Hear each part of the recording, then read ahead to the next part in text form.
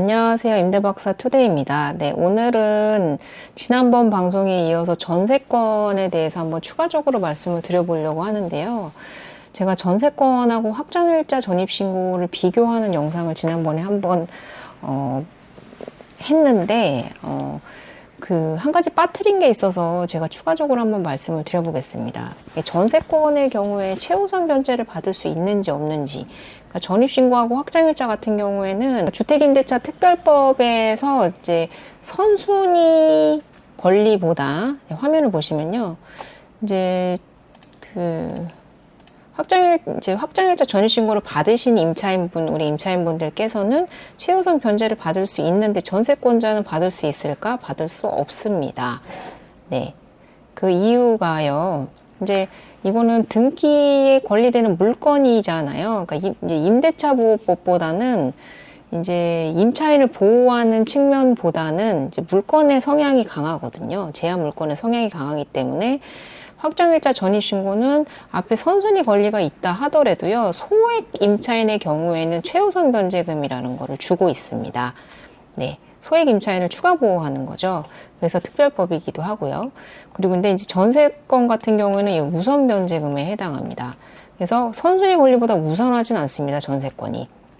그래서 최우선 변제금 현재 2023년 2월 21일 이후로는 1억 6,500만 원 이하의 최대 5,500만 원까지 소액 임차인에 포함이 되고요. 5,500만 원까지 최우선 변제를 받을 수 있습니다. 이것은 앞에 융자가 있건 없건 가장 우선순위로 가장 받을 수 있는 것이고요. 근데 전세권 같은 경우에는 이렇게 앞에 지금 이거는 채권 최고액의 근저당이 설정되어 있는데 2019년 5월 27일 날 설정되어 있는 근저당권입니다. 이런 경우에 전세권을 만약에 이 뒤에 설정을 하셨다. 그러면 최우선 변제를 받을 수 있을까요? 이 융자의 우선에서요. 확정일자 전입신고는 받을 수 있고 전세권 설정을 한 경우에는 이 채권 최고액의 다음 순위로 우선 변제만 가능합니다. 요거는 최우선 변제는 못 받는다는 얘기인 거죠.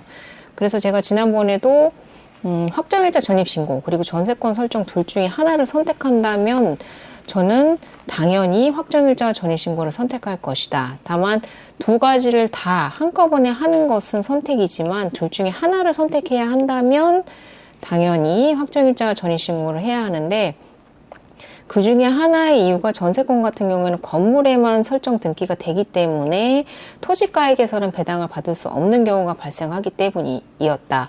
이렇게 말씀을 드렸는데 두 번째로 최우선 변제금이라는 게 존재하지 않기 때문에요.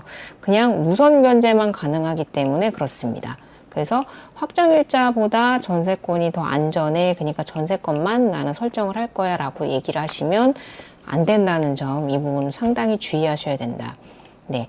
전세권자는 최우선 변제를 받을 수 없는 이유는 등기상 순위에 따라서 배당을 받기 때문에 선순위 물건보다 우선 보호되지는 않습니다. 이게 임대차 보호 특별법과는 다르게 민법 조항이기 때문에요. 민법보다 특별법이 우선합니다. 그래서 확정일자 전입신고하고는 조금 차이점이 있다. 이 부분도 반드시 주의해야 될 점입니다. 물론 소액 임차인인 경우에만 최우선 변제금을 추가로 보호해주지만 소액 임차인인데 전세권만 설정을 해서 최우선 변제금을 못 받는 그런 일은 없어야 하기 때문에 반드시 주의를 하셔라 이렇게 말씀을 드리겠습니다. 네, 여기까지 추가적으로 전세권 설정에 대한 내용 말씀드렸습니다. 도움 되셨길 바라고요. 다음 영상에서도 좋은 모습으로 찾아뵙도록 하겠습니다. 감사합니다.